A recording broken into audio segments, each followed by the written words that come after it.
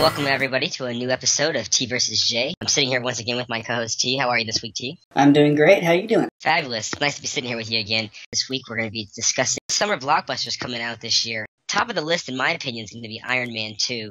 Do you think Iron Man 2 is going to make more than the first one? Yeah, definitely. I think it's going to do around 400. Probably the most highly anticipated, highly talked about of any movie this year.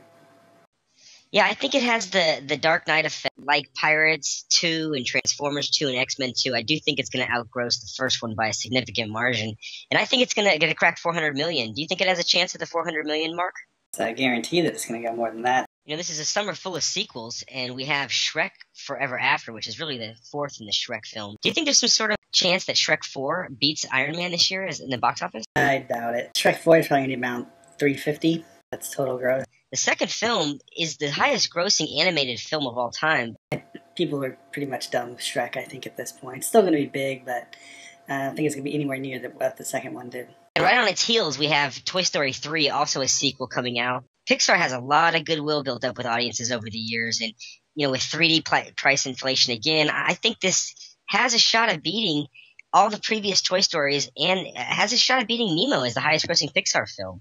I easily think that this is going to be a huge grossing movie. The second one was released in 3D for just 2 weeks, grossed $30 million. So Disney is great at marketing, and these characters have been around for 15 years. They've been in the Disney parks. They've been all over the place. Kids really relate to the whole Buzz Lightyear. Yeah, and on top of that, the trailer for Toy Story 3 is fabulous, and it tells a story in itself. I'm thinking easily around 400 for it.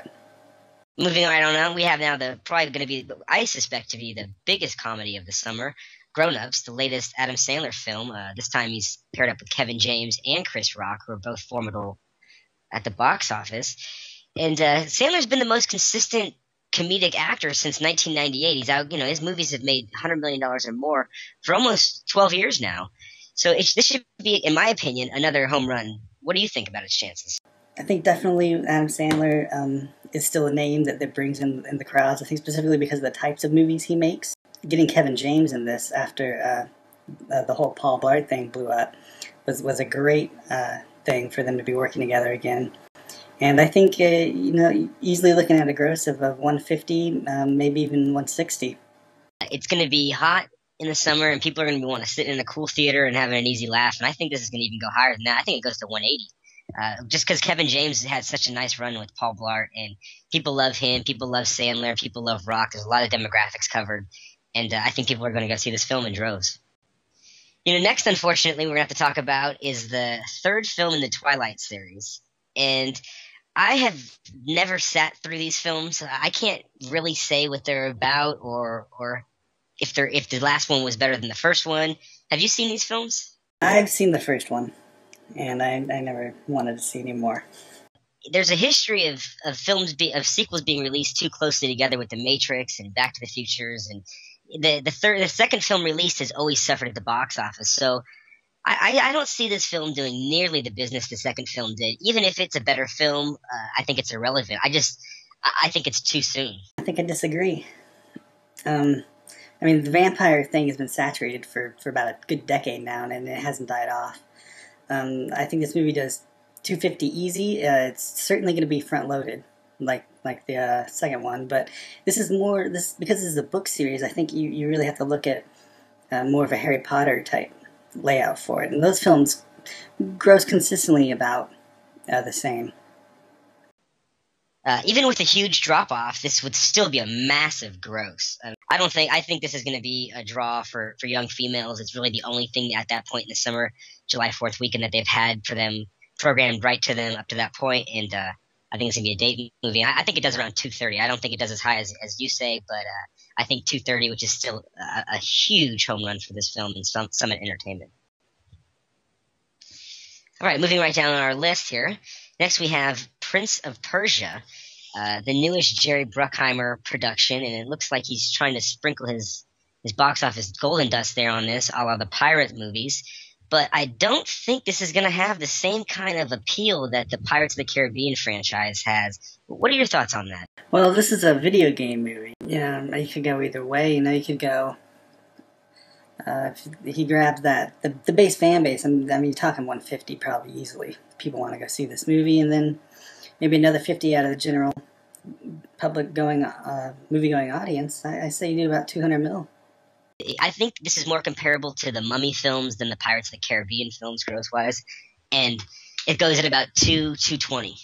Next on our list, we have Night and Day, the newest film with Tom Cruise and Cameron Diaz, their first pairing since Vanilla Sky back in 2001.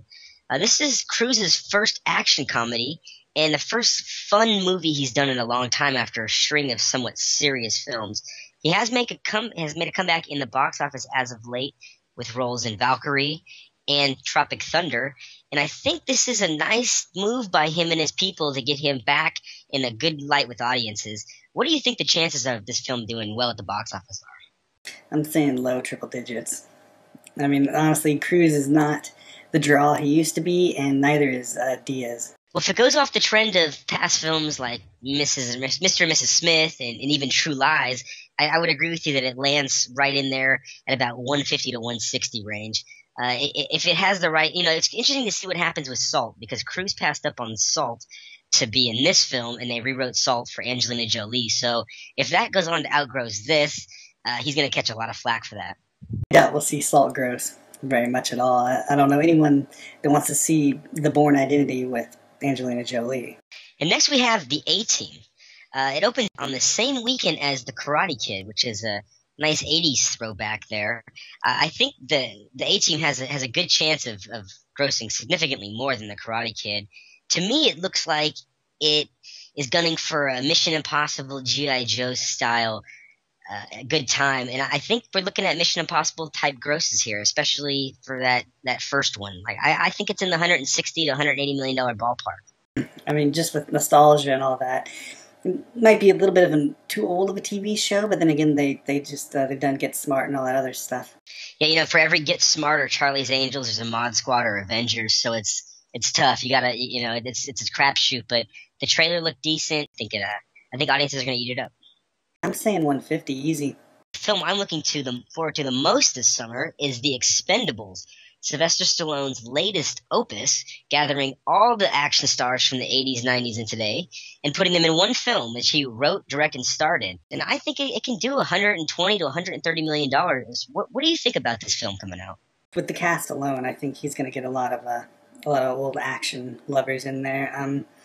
A lot of talk about the cameos, the Bruce Willis, but more so the Schwarzenegger cameo is getting a lot of hits on the message boards and whatnot. I think 130 easy. I think really this is going to be the sleeper hit of the summer. I think a lot of people are underestimating this film. Definitely. I think you're right about the underestimation of it, really. It could be the first summer in history that we have two $400 million grossing films, possibly three. Market expands to fit all these pictures, or if some things flame out and die.